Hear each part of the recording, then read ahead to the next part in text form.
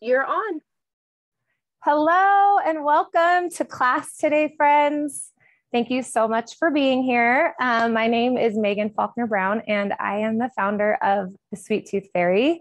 I love all things baking, decorating, cooking, sprinkles, frosting, playing in the kitchen. I'm sure plenty of you can relate to that. So I'm very happy to be here with you today to make some Galentine's Day cake pops and a little fun bonus menu item of a mocktail that's super yum.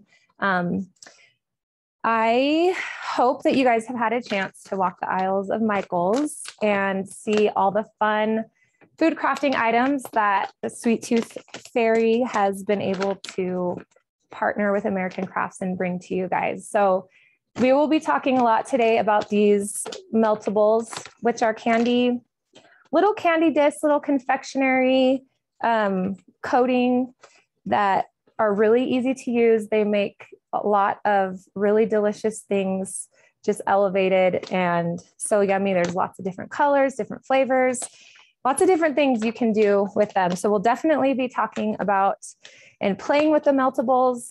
We've got some cake and some frosting, sprinkles, just, all the fun things that you'd want to play with when it comes to making Galentine's Day treats. So we're going to go ahead and get started.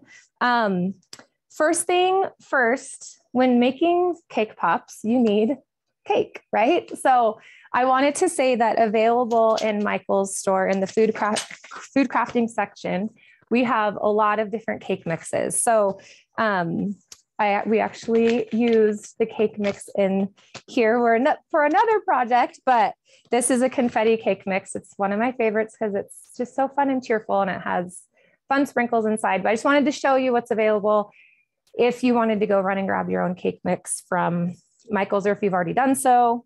But you can use any cake mix, any cake recipe rather that you have. And when making cake pops, right? And I kind of wanted to lead with the fact that all cakes are not created equal, meaning some cake recipes are, drier, some are a little wetter, maybe some have inclusions in there like chocolate chips or sprinkles or graham crackers or coconut, or there's a lot of different things that you can put into a batter. So that's going to affect your yield of your cake. That's going to affect how much cake you actually have.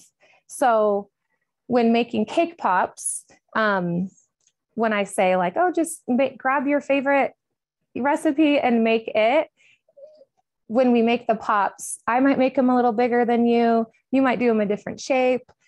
There's a lot of different variables. So just keep that in mind when you're making your own cake pops at home. There's not like, in my opinion anyway, there's not like an exact science to how many you can get out of a cake mix, just because if you're using, your grandma's chocolate cake recipe that you've used your whole life, or if you bought a already baked cake from the grocery store and you're using that, there's just a lot of different variables. So just something to take note of. Same thing with frosting. We have some delicious ready to go buttercream frosting that again, you can pick up at your local Michael's store, but you can also use your own favorite recipe or any other store-bought frosting that you like. So I just wanted to again lead with that and just start with the cake.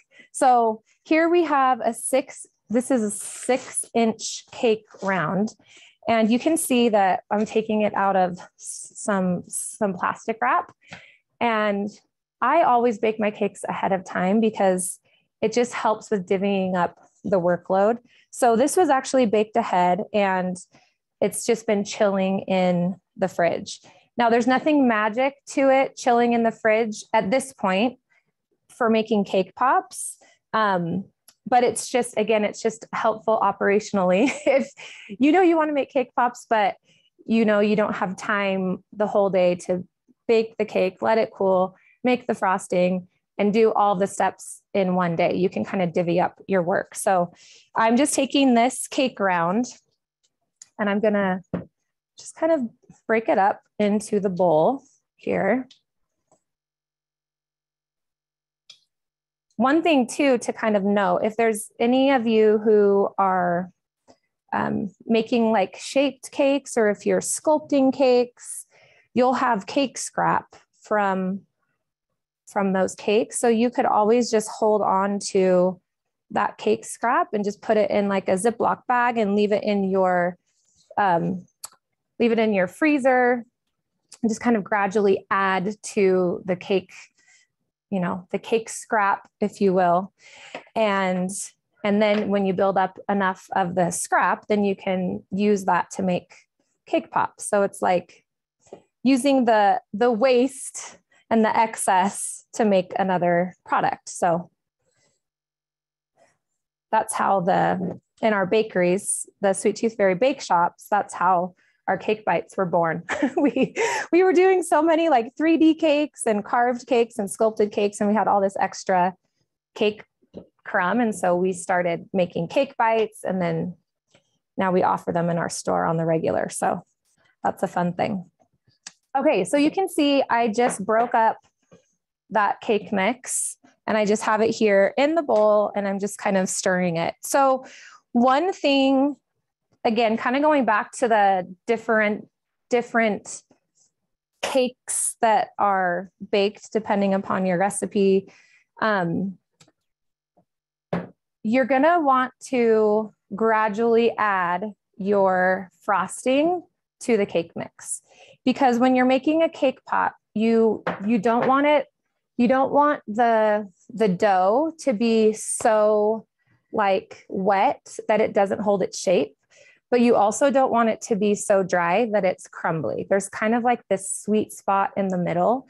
So you want to err on the side of gradually adding your frosting to the cake so that you can avoid making it too wet out the gate, because then it's hard to dry it out and it's hard to come back from that. But you can always add, you know, a little more. So I'm just adding about a tablespoon of buttercream to the cake crumbs, and I'm just going to mix it around. So Megan, we have a question. Can you use whipped frosting, or does it have to be buttercream? So I would recommend buttercream, because the whipped frosting will actually like get absorbed in the cake more, if that makes sense, because it's wetter, because there's like more cream, you know, in it, if you're doing like using cream for the whipped frosting. I personally have never used it, so that's just like my knee-jerk reaction, just because buttercream is sturdier and it's more stable and it doesn't have to be refrigerated. That would be my other thought. So I would say buttercream, but if you try whipped frosting and that works, then please let us know, because I'd love to know how it turns out. Okay, so I went ahead and I added another tablespoon. I'm going to add one more. So this is about, I would say it's kind of like heaping. So I'd say it's probably about 3.5 tablespoons that I'm adding to this 6-inch round, 1-layer cake that was about 2 inches tall. So it's starting to come together, but it's still a little crumbly.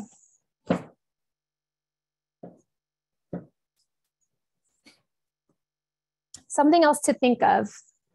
Okay, so this was just a vanilla cake that we used. We're just using vanilla frosting.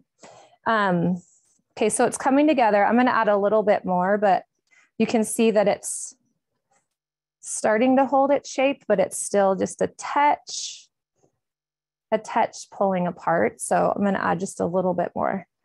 But this is a stage in the process that if you wanted to say, let's say you're a coconut lover, you wanted to add some toasted coconut in here, or if you wanted to add like, here's some cute, some of the chip mixes that we have available, just different kind of like ombre pinks, we can put those in. You can put sprinkles in. If you you know, let's say you have chocolate cake, you could add whatever you think pairs well with chocolate, right? So you could add raspberry jam in there. You could add mint. You could chop up, you know, you could chop up your favorite candy bar and you could put them in here. You could do graham cracker chunks and add marshmallow. So there's a lot of variations that you could do with your cake pops at this stage. So I am going to add some sprinkles to it just because sprinkles make everything better in life. And so we'll just add a little pop of color. So that'll be fun. We do have some that are pre-made that we used a pink cake mix. So they're going to look a little different than these ones we're making together, but just in the interest of time and the constraint that poses, we just have to you have to do a little bit of TV magic and prepare some. Okay, so it's holding its shape. If I grab some, I'll show you what I do with a little cookie scoop, but it's holding its shape well. I'm gonna just put in some of these sprinkles. And again, there's no exact science at this point. I'm just sprinkling whatever I think would look cute in there. I am gonna put some of these chips in there, because why not? I'm a texture girl, so I appreciate the different textures. I'm just adding some of these, a little bit more, the sprinkles, and then I'm gonna stir it some more. So I apologize, but going back to the frosting, we have two people asking about cream cheese frosting. Okay, so I think, yes, cream cheese frosting is just fine to use, in my opinion. And let me back up for just a sec on my comment about the whipped frosting needing to stay refrigerated. So whether we like it or not, there is a lot of sugar in frosting, which is great because it stabilizes the ingredients, okay? So normally cream cheese, right, you want to keep it refrigerated. But when you're adding all the sugar in the frosting recipe, but then you're adding that to the cake that's sweet as well, it's gonna, you don't necessarily need to refrigerate that frosting as much, if at all, as you would like a whipped cream frosting.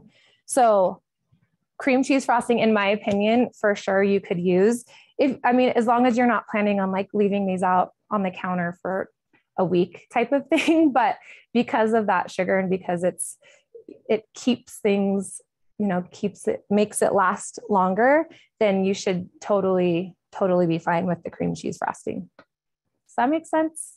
I hope. Did you say there was another question?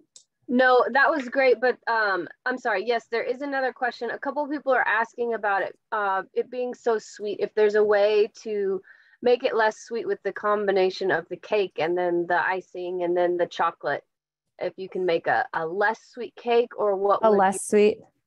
Yeah, so less sweet in the sense of like, if you have a recipe that's, that's just a little, like, this sounds so obvious. I apologize for how this is going to sound, but like if you have a vanilla cake recipe that's not as sweet as, a different one you have, or not as sweet as like an angel food cake, or, I'm trying to think, obviously you could add a little, like a touch more salt, but there's going to kind of be like a balance there, right? Because you don't want it to be overly salty. I'm trying to think, you could even try using, this is going to sound crazy, and if it doesn't work out, I apologize, but part of me is like, maybe you try using like a cornbread mix or something. The texture will be a little different, but just something that naturally isn't as sweet. I'm a sweet fan. So my sister and I were actually talking about this last night. I know there are people out there who are like, oh, this dessert is too rich, I can't finish it. Or I could only have one bite of this or that. Like, I've never in my life had that problem. So I recognize that there are a massive amount of people who do. So, so to those of you who are wondering how to make it less sweet, there's got to be a way. I'm just not an expert in that way, but I do think if you try, you know, maybe in your cake recipe, because we're adding stuff to it anyway. So like maybe you take out half of the sugar, and it won't, maybe it probably will bake differently. For sure, it will bake differently than it would if it had the recipe accordingly. But since it's just getting mashed together with frosting and then we're dipping it anyway, it doesn't matter how it looks when it comes out of the oven. Does that make sense? So that's an option. So I would say try that. Yeah, I think that's my final answer. It's my final answer. Try cutting your sugar in half, which also obviously is also an obvious answer, but being able to like think that through out loud, I think that will work, because you saw what we did with this cake. It turns into this. So final answer. Okay, any other questions about that? Nope, that was good. Okay. Okay. So I added sprinkles, I added chips. Again, this is the point at which if you wanted to add other things, you definitely could. So fun, so yummy. Just get creative with whatever. I sometimes just like to look in my pantry and go, what could I put inside of this that would be yum? Maybe it's a breakfast cereal. Maybe it's a store-bought cookie that you could crumble up and put in there. Just think a little bit outside the box and you'll be surprised at how many fun options you can come up with. All right, so I have a disher here, an ice cream scoop, a cookie scoop, whatever you want to call it. And it's so great for so many reasons. It's portion control. So it's gonna give me just these perfect little portioned balls. So you do your best to make it round and repeat the process. Now, I'm not the most efficient human in the world, but I try to be. My husband has taught me his ways. So I'm scooping a few more of these and then I'm going to roll each of them instead of picking up the scoop, putting it down, rolling it, picking up the scoop, putting it down and rolling it. So now I'm just rolling it into a little ball. I will say there are molds.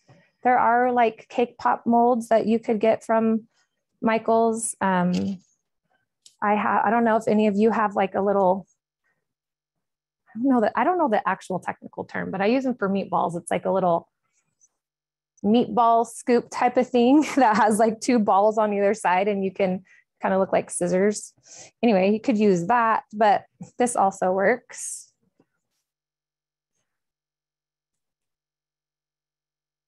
All right. So you have to know that if they don't stay perfectly round, that's totally okay. There is going to be a little bit of give. Again, finding that kind of sweet spot of texture takes some practice. And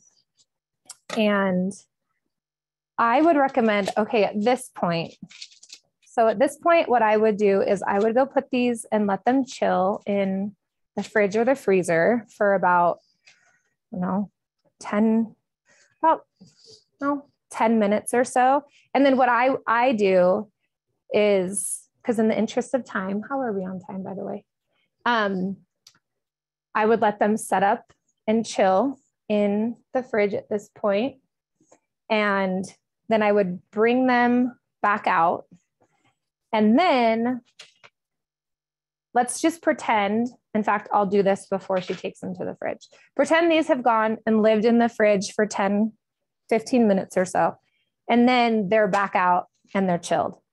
What I'm going to do is then I'm going to place the stick in them. But what I like to do is dip them in the melted meltables, a little redundancy there. Before I do that, I dip the stick in there and then I put it in there. So I'm going to show you that. And then we'll have the TV magic where she brings them back and they're ready to dip. So, okay. Meltables in a microwave safe bowl in the microwave at 50% power for about 30 seconds. The back of the meltables bag says for like 50% for a minute, but I always like to offer my unsolicited advice, and that is to err on the side of warming them up slower rather than overcooking them. So you'll see here that they will need to be stirred and then put back in, but all microwaves are different. And so I like to just make sure that I don't overcook the meltables in this process. So here, this microwave here at the lovely American Craft Studios, I put in for 30 seconds, and you can see they definitely need to be nuked a little bit more. And I'm gonna put them in for about 15 more seconds.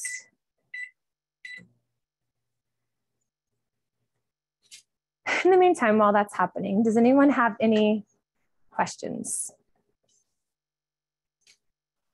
Oh, are we good? I think we're good. There was another question about if you could use ganache. You know, we're coming up with all the different kinds of frostings to get your opinion on. Yeah. Yes, you could. Now ganache is going to be a little,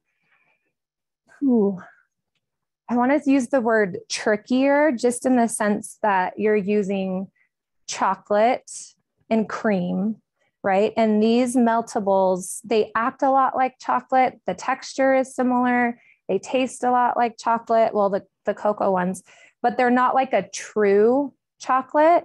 They have vegetable oil in them instead of cocoa butter, which gives it the really cool properties that it has of just being able to pop it in the microwave and melt them.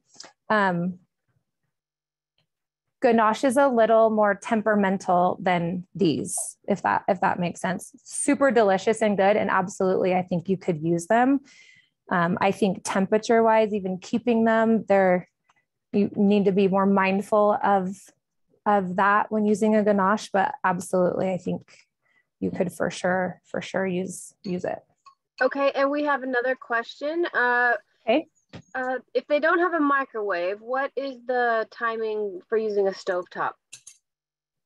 Oh, so I would just put it, so, you make like your little double boiler, and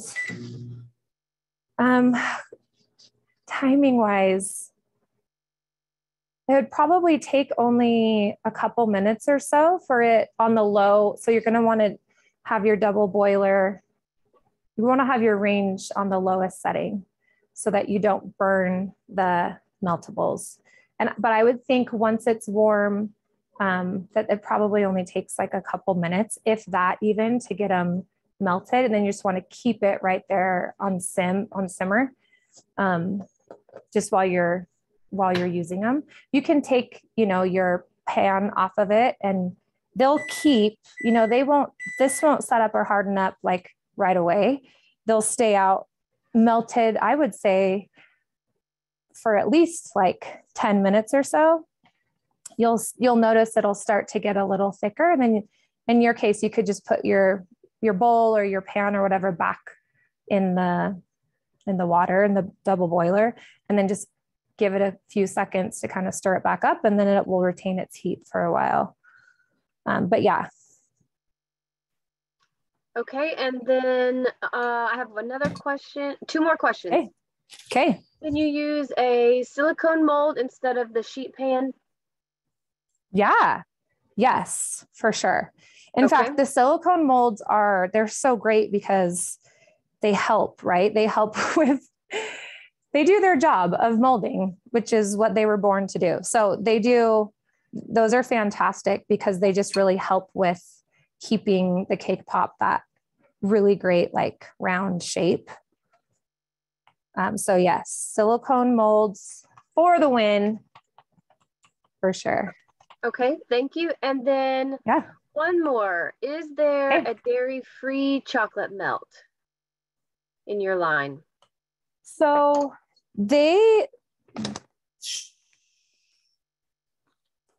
that's a question that we'll have to ask customer service, because the melts do have milk in them, and there are a lot of different flavors. So I apologize not knowing right off the gate if there are some that don't have the milk in them, but we can ask customer service and see if they have an answer for that.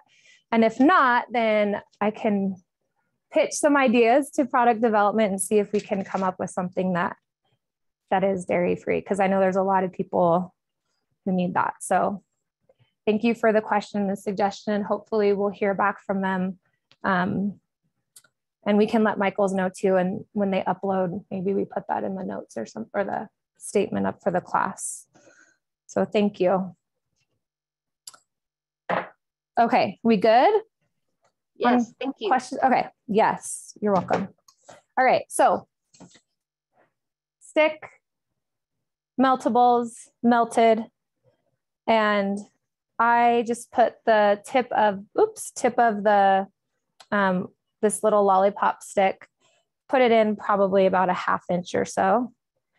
Now, again, imagine these are chilled. These ones have not been chilled, but I like to chill them, because what happens when your cake pop is chilled and when you insert a lollipop stick that has this warm meltable on it, the chill of the pop is going to react to the warmth of the meltable, and it's going to have it like set up a little bit quicker, so it will harden, which is good, because you want on your cake pop, you want your sticks to stay inside of the pop so that the ball doesn't fall off of the stick, and that they're adhered together well.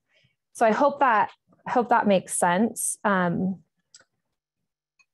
hope I explained that properly. But so you're just pushing it in, and you don't want to go like all the way to the bottom of the pop, because then you kind of, here, I'll show you, you might run the risk of like this situation where it pokes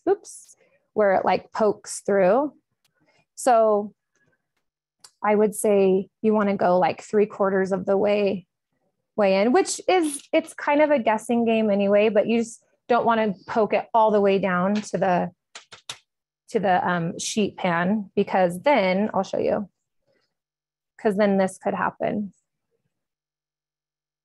right? It could poke through and then kind of slide down. But if that happens, there's still a way to make it cute. we could come back from that with some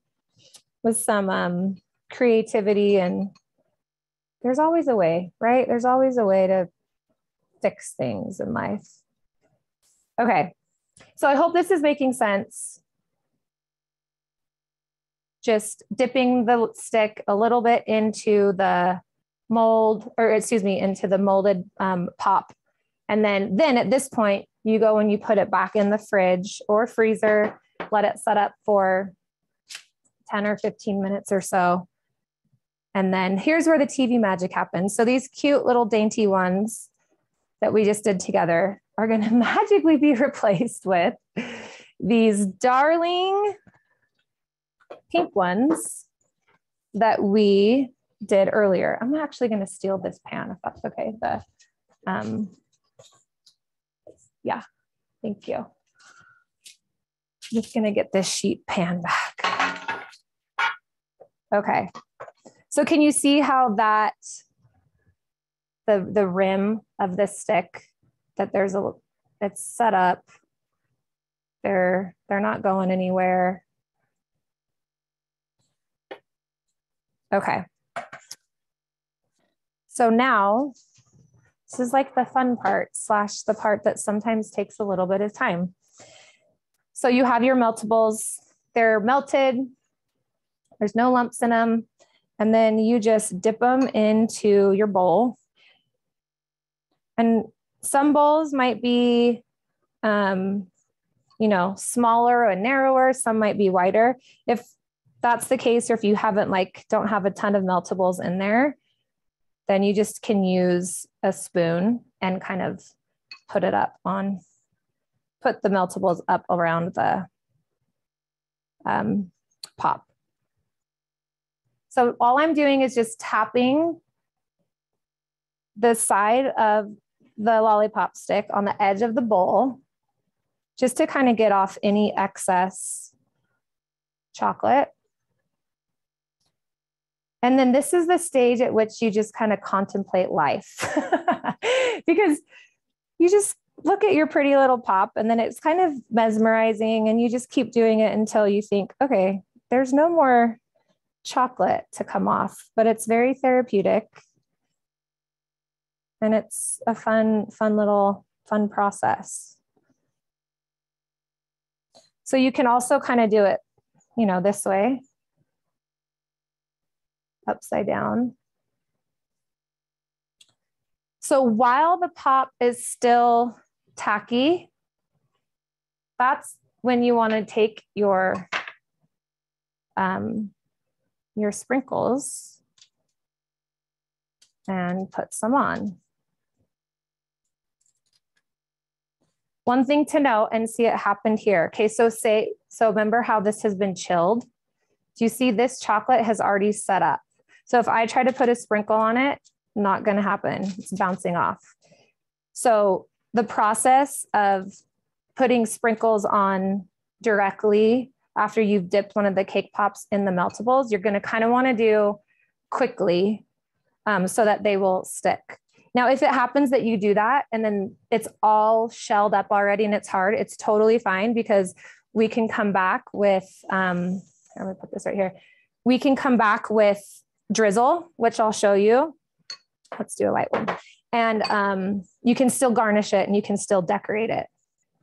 So we'll do that again, just with the white meltables.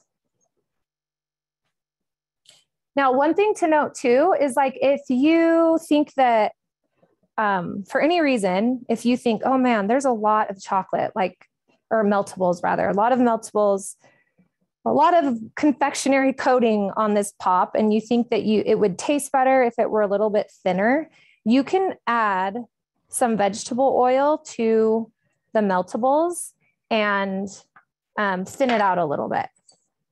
So again, if for whatever reason you're like, oh, I wish that these were a little thinner or that the meltables were a little thinner, that's an option for you to do.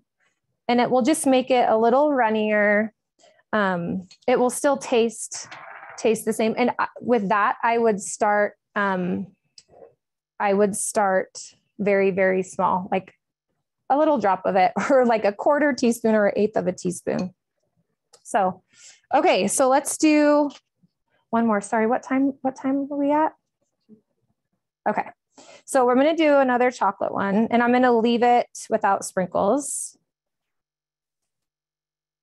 Oops, just got to make sure we have time to do the little mocktail. Okay. I'm going to set this right here. I'm going to show you just some options for drizzling. And then let's do one more in the white. Oops.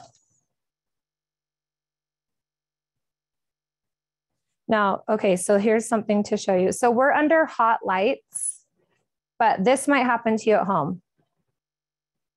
So the ball got a little melty and it came off of the stick, which I promise if you've made cake pops before, this is not new.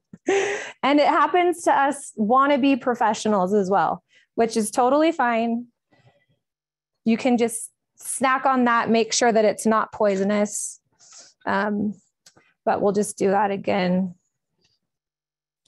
Like I said, we're under hot studio lights, so that's a factor in this, but. So remember this one, I'm just going to straight up let dry so that I can drizzle with some meltables here in a bag. And I'm putting those in for just a few minutes, probably about 10 seconds.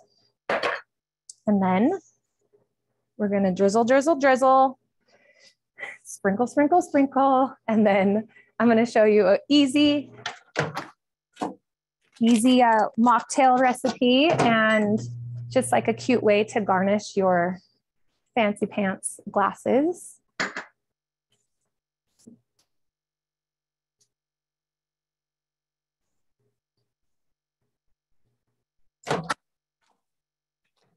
Okay. So I'm just going to take some scissors and snip barely the tip of this bag.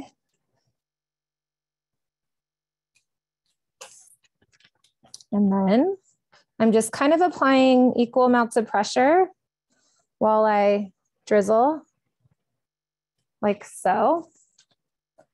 Now you could let this set up if we had more time. You could just let this set up so it's completely set up. I'll do it on this one. But this has little thingies on it, so it's not resting as flat. But you can, once this is all dry, you could flip it over and just do the other side. So you're kind of getting both sides of the pop. But you could also add sprinkles, add your little cute little heart. So fun. So fun, so cute, so easy, so yummy. All the so things. Okay, so we have a question. Yeah. If you're setting them on their sides, how do you get the nice round finish look? Will it not have a flat side? So yes and no. It depends. It depends on how tough your innards are. Sometimes I call them cake bite guts. I'm just going to say that. So if it depends on how like firm it is in there. So these ones, I'll show you, they're pretty darn firm, right? So they're going to stay nice and round. The other option that you could do, you can get like a styrofoam, and once the cake pops are set up enough, you can just stick them in the styrofoam like that and just let them dry. So we were plumb out of styrofoam, so we didn't show you that technique, but that's a great question. And but the one thing to note too, that is, yeah, if it's a little, if the innards are, even if they're still like kind of on the softer side, remember you have that like chocolate shell on the outside. So that's formed the shape. So I don't think they'll get they won't get super flat, but you do run the risk of it if you are laying it on its side. But I think more often than not, that they won't flatten, especially with the chocolate on it. But to whomever asked about that mold, the silicone mold, that's when that comes into play and is really nice and handy, because you can just set them in that perfect little mold that fits the size of the cake pop perfectly. And they could also just rest in there. So you have options for sure. Does that help? Okay. I hope that helps. Yeah. Yes. And we have one more question. If you can just confirm, did you put those in the freezer or the refrigerator to chill before you dip them? So honestly, here we put them in the fridge, but we don't have a freezer here, but I would recommend the freezer. Just because, well, for obvious reasons, right? Like it's just gonna freeze more of it quicker and be colder for longer. So I definitely would recommend the freezer. Okay, we good? I know we're getting a little close on time. Today's class, we need to end a teeny bit early, but I want to show you this real quick. So here's your cute glasses for mocktails. So we're switching gears to mocktails. If you don't want to know what a mocktail is, it's like a cocktail without the liquor or the alcohol. So kid-friendly, and they are super fun to play with. So one thing you can do, it's just a cute little way to garnish your glass. You can just dip the tip of the rim rather, of your glass into the meltables. And then take some of these sprinkles, and you can either just do this, kind of then dip the rim into the sprinkles, or, oops.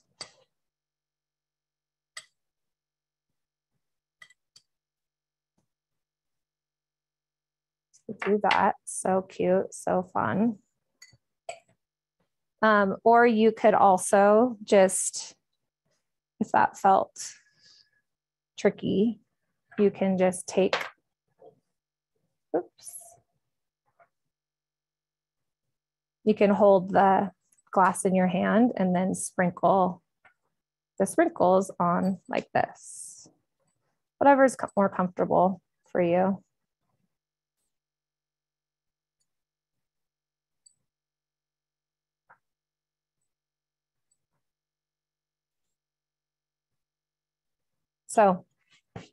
So cute.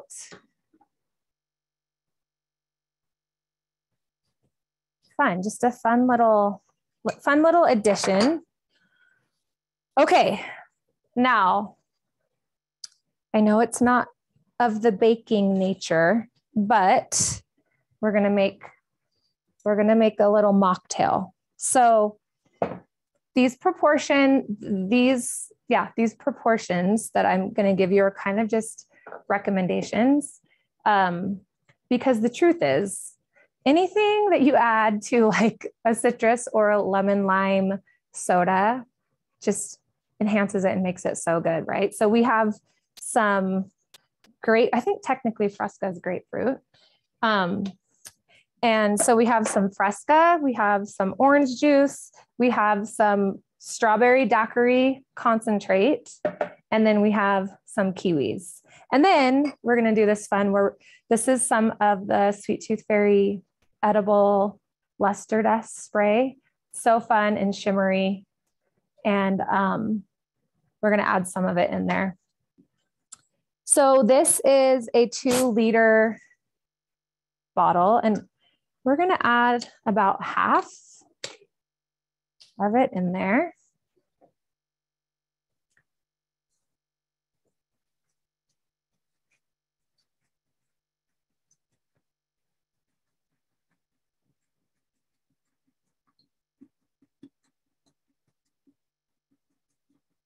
Let's see, a little more. So about a liter. Actually, yeah, but we'll do about half of it. Okay, then we're gonna take our orange juice and we're gonna put in about a quarter of it. So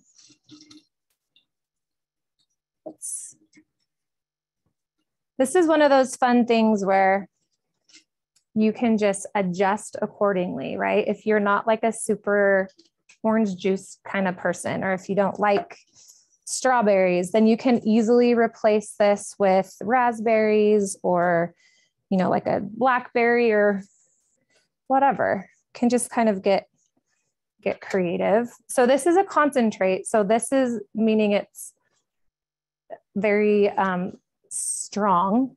So I'm going to put in about a quarter of that.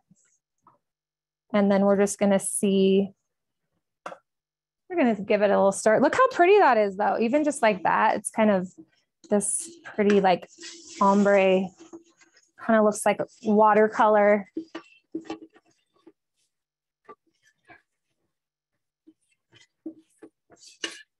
Let's see. My dad used to always say he was going to taste things to make sure they weren't poisonous. So I'm going to taste it to make sure it's not poisonous. And I'm using a tablespoon because that's what I have. But we're just going to taste it. See if it needs anything else. I think it's good. It's like a nice blend of all the things. But I am going to add some fresh kiwi. But you can add strawberry chunks, you can add raspberry chunks, lemons, just orange wedges. whatever you think would be good.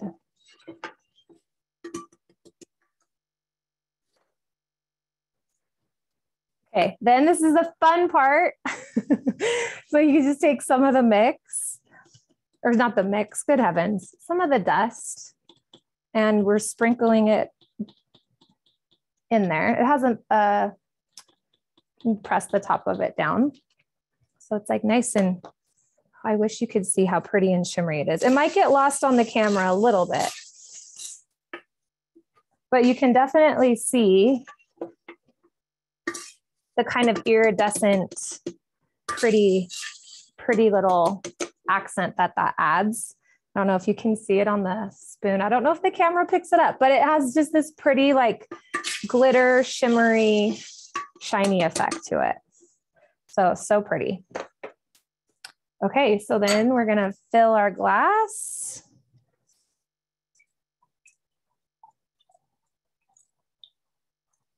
And then, so can you see like from the strawberry daiquiri mix, there's like some strawberry pieces that are pink and pretty and just like kind of floating around, which are so fun. And then as far as your cake pops go, let me move this. We just have a cute glass here that you can put them in rather.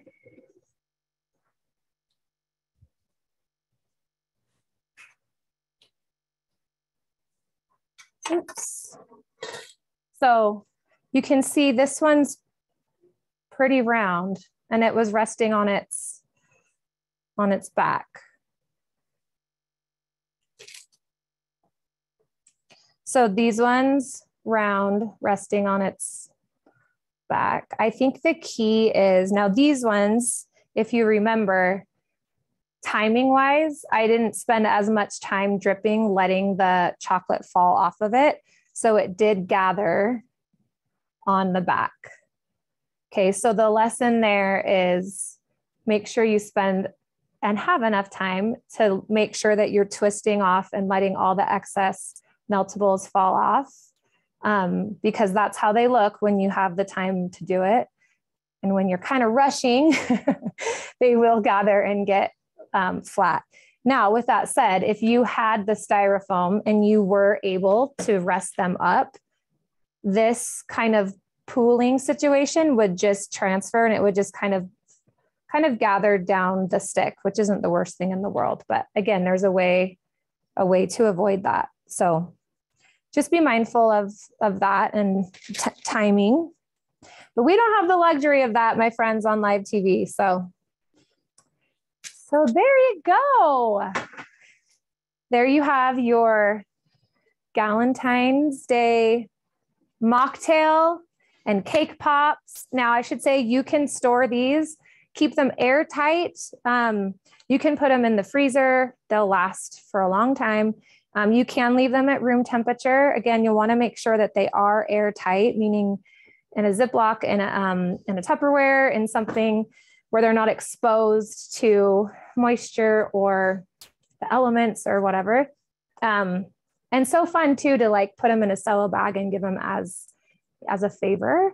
And yeah, I hope you guys have a fun Galentine's or Palentine's. We don't want to discriminate, but I hope that you guys give these a try. Hope you have fun doing them. If you have any questions or anything, please feel free to reach out, but hopefully you had fun. I know I did. And yeah, have a great day. And please check back soon. I'm here again a couple times this month for more free classes, more premium classes, for kids classes. So tell your friends and join me again. So thank you so much and have the sweetest day ever. Bye.